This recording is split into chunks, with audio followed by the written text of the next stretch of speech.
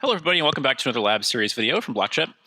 Today, we're going to talk about the new terms and conditions feature that we've added to the firmware in advance of RSPA. We'll be releasing it to everybody probably shortly thereafter in the early parts of August. So what this feature is intended to do is handle situations where you would like some kind of legal agreement or boilerplate text to be sort of agreed to or acknowledged by the consumer or the customer with or without a signature capture. You can kind of do both.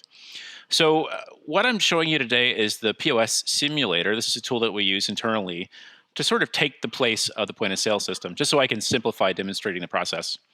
So there's really two ways you can do terms and conditions with the terminals. One is you could have BlockChyp manage the list of the sort of library of terms and conditions templates for you, or you could, maybe your system does that. So the simplest way would be to basically do an API call that would have the name of the template, like let's say we'll call it rental agreement. And then I've already pasted in some lorem ipsum text down here. And I'll do send to terminal. And you can see the terminal wakes up. It allows me to scroll through the text. I can accept it. And then it'll capture a signature. And I'm done. And that's how that works. Let's see what that looks like in the dashboard. So I've got the dashboard opened up here. If I go down to TNC log, now you can see I've got this rental agreement that I just agreed to. So there's my signature and there's the text. So that's probably the simplest situation. Because in this situation, all we're doing is API call, just basically sends text to the terminal, and we capture signature, and that's the end of it. But you might want BlockChyp to handle the templates for you. So maybe you don't want to have to send the text with every single API call. So if you want to do that, you could just create a test template here, or a template. So I'll call this one, how about HIPAA disclosure? And we'll give it an alias, and this will be basically the code that the point of sale system or the API caller will use to refer to it. I'll just call it HIPAA. And then I'll paste in my lorem ipsum text here, just so we've got some dummy data. Then if I go back to the POS simulator, I'll remove it down here because I don't need that anymore. But I have this, and I don't need that anymore. But I can just put HIPAA right here under alias and click send to terminal. And now it displays the text, but it downloaded it from the server this time. And I'll click accept, I'll sign it, and we're done. And now if I go back to the dashboard and look at the TNC log, you can see I've got, it shows me that I used the template, the HIPAA template for this, and there's a signature capture. You also have the option to not request a signature. Maybe you just want this to be acknowledged. You don't necessarily need someone to sign for it, or maybe you're going to be doing this immediately before or after a transaction where you've already captured a signature.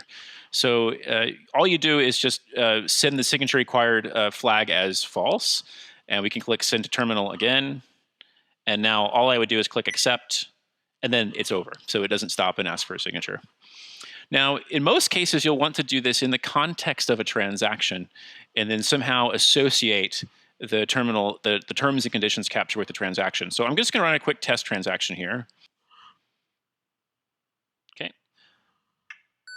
I'll run this as a contactless.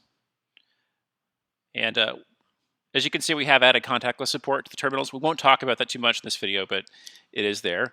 And you'll see this gives me an ID now. So I'm going to use that ID. I'm going to go back to the terms and conditions panel. And I'm going to refer to that same HIPAA template. But this time I'm going to do it with a transaction context. So I'll do that again. Now the language comes up. I can scroll through it. I can hit accept. I can sign for it. And I'm done. And now if I go back to my TNC log, you can see I've got a link here that links to the transaction. And if I actually want to look at this from the transaction standpoint, like for example, if I open up this transaction, then I can go to the TNC log tab down here, and I can see all of the terms and conditions agreements that were associated with this transaction. And then just get to it like that. Another option that you have is you'll notice that you can refer to the transaction with the transaction ID, and that's the BlockChyp transaction. That's the BlockChyp transaction ID that we assign. So you would only be able to use this option if the terms and conditions are happening after the payment transaction. If you want this to happen before, you would use transaction ref. And transaction ref is whatever you have decided to call, however you chose to identify the transaction, could be a tender ID, could be an invoice ID, whatever you'd like to call it. So if you're going to do terms and conditions capture before payment, go ahead and pass in a transaction ref value, and it'll work the same way as if you passed in a transaction ID after the fact. And that's about it. That's pretty much how terms and conditions work. We will be demoing this along with a lot of new features that are in the firmware at RSPA. Equinox has graciously invited us to put a BlockChyp demo in their booth this year. So if you're going to be at RetailNow in San Antonio next week, we can show you this in person. Thanks for watching, and we'll see you next time on the Lab Series.